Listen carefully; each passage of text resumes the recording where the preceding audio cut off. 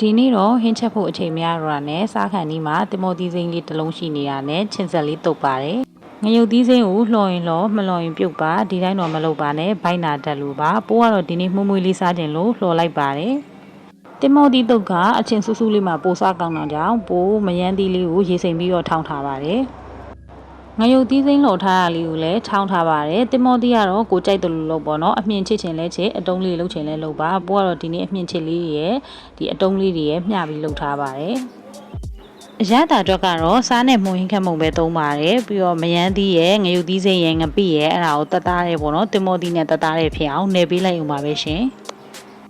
တင်မောသီးတုပ်လေးရဲ့အရသာကိုပိုထူးခဲ့စေဖို့အတွက်ပိုငရုတ်ကောင်းလေးနဲ့ထည့်ပါတယ်အဲ့ဒါဆိုရင်ပူပူဆက်ဆက်လေးနဲ့ပို့ပြီးတော့စားလို့ကောင်းပါတယ်ရှင်